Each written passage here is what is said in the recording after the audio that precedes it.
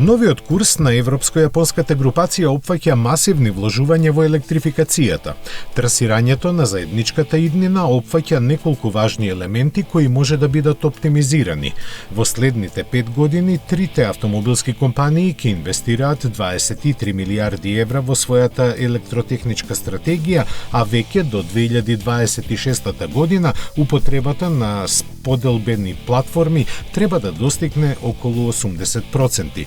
Nissan Qashqai и X-Trail, Mitsubishi Outlander, Renault Austral и новото спортско корисно возило со 7 седишта ќе делат архитектурата.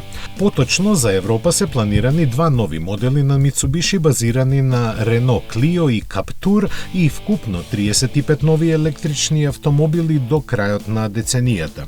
Меѓу нив е и наследникот на Nissan Micra, кој треба да го произведува Renault во Франција. Рено ќе го предводи развојот на заедничката електрична и електронска архитектура и ќе го лансира првото целосно софтверски дефинирано возило до 2025 година.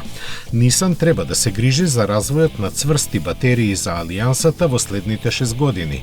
До тогаш изборот на заеднички добавувачи треба да ги намали трошоците за батериите за сегашните и планираните електрични автомобили, како што е R5. Покрај тоа, сите три производители сакаат заеднички да го унапредат вмрежувањето на возилата.